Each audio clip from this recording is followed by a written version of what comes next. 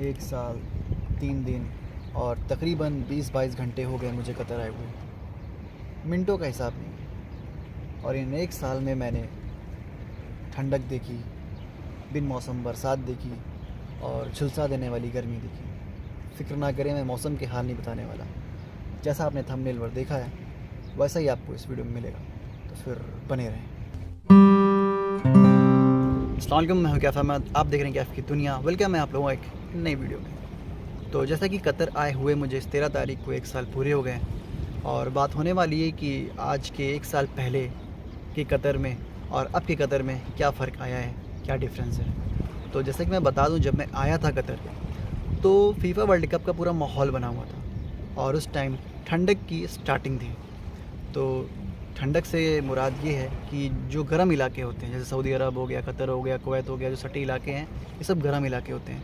तो जब यहाँ पे ठंडक आती है ना, तो जो यहाँ के लोग होते हैं बड़े खुश हो जाते हैं, क्योंकि इन्हें फिर जैसे यहाँ पे कहते हैं बाहर, मतलब ये लोग जंगलों में जाते हैं, कैंपिंग करते हैं।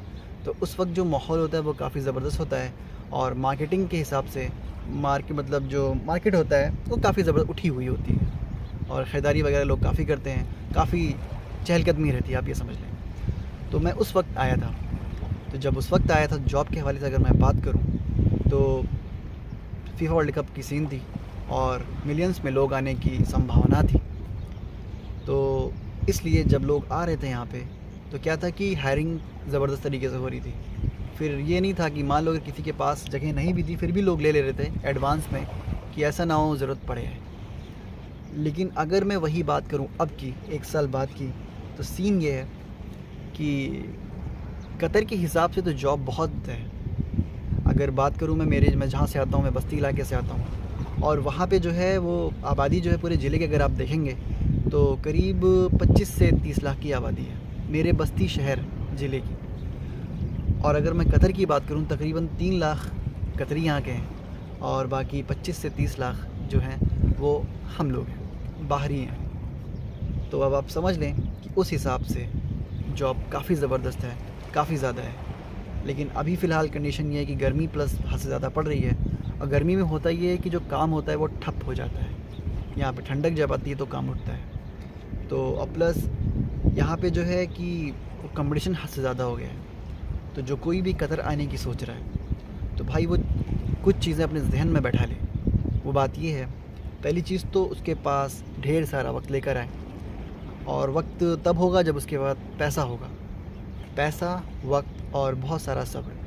क्योंकि यहाँ पर अगर आपको जॉब चाहिए तो पहली चीज़ तो अपने आप को वक्त देना पड़ेगा। और पैसे की बात इसलिए क्योंकि आपको जगह जगह जाकर खोजना पड़ेगा, क्योंकि शॉर्टकट कोई तरीका है नहीं। यहाँ की कुछ वेबसाइट है जैसे मज़ाद कतर है, तो यहाँ पे ऑलरेडी लोग भरे पड़े हैं। अपनी CV अपलोड की, आप भी कर दें, क्या पता आपका काम आ जाए, आपको मिल जाए जॉब। तो आपको जगह जगह जाना पड़ेगा, CV देनी पड़ेगी, इंटरव्यू वगैरह देना पड़ेगा। और आप बहुत सारे लोग शॉर्टकट इस्तेमाल करते हैं कि भाई जॉब दिला दो, ये कर दो, वो कर दो। ऐसे भाई अगर मेरे पास जॉब हो तो मैं ख़ुद अपनी जॉब छोड़ के कहीं और कर लूँ। मेरी अगर जॉब चली जाए तो मुझे खुद भरोसा नहीं कि मैं और जगह कहाँ खोजूँगा जॉब।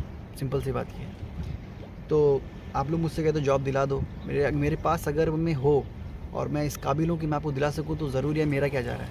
मैं तो चाहता ही हूँ कि किसी का भला हो जाए। लेकिन वही है ना कि मुझे खुद भरोसा नहीं कि अगर मेरी जॉब चली जाए तो मैं कहाँ पे जॉब तलाश करूँ, कहाँ खोजूँ। तो कहना यही था कि जो मैंने एक्सपीरियंस मतलब इन 1 सालों में जो मैंने देखा है, समझा है, वो यही है कि गर्मी में मत आएँ तो ठंडक में आएँ। और ये समझ लें कि मामला भैया बहुत टाइट होने वाला है, क्योंकि यहाँ पर भरे पड़े हैं आज़ाद पे आए हुए लोग। आज़ाद एक नाम है, आज़ाद कोई वीज़ा नहीं होता है, बस लेकिन एक आज़ाद नाम चल गया है। लेकिन वो एक तरीके से फ्रॉड है। पकड़े जाएंगे तो आपको भैया वापस बैक टू होम भेजा जाएगा और जेल भी हो सकती है। तो ऐसे चीज़ों पे ना आएँ। आप अपने वहाँ कांटेक्ट करें ट्रैवल एजेंसी से, और जेन्युइन से करें, जिसके थ्रू लोग आपके पहचान वाले जा चुके हैं उनसे आप संपर्क करके आएँ तो ज़्यादा बेहतर है। यहाँ डायरेक्ट वीज़ा निकलते हैं कंपनियों के, तो वो ज़्यादा बेटर रहता है।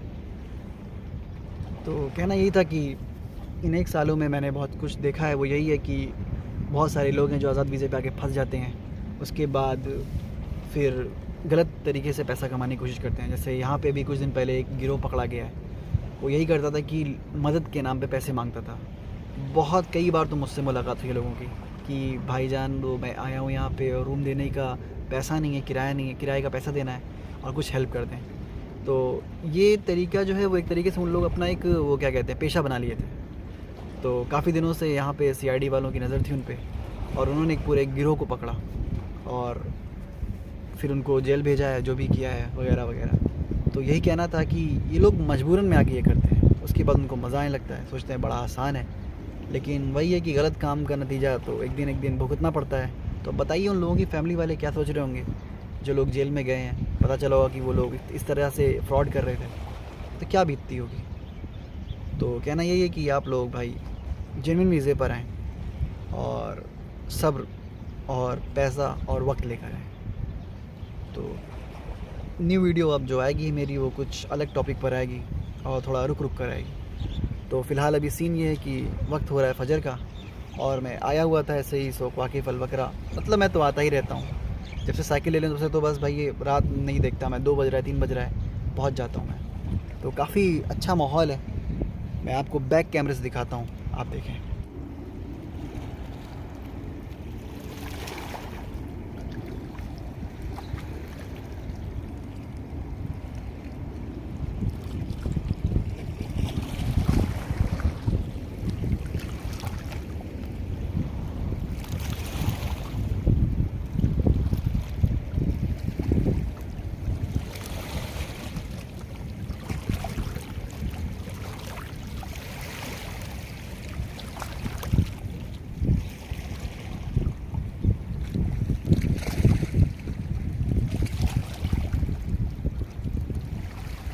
तो यही थी कुछ वीडियो, उम्मीद करता हूँ मेरी बात समझ में आई होगी।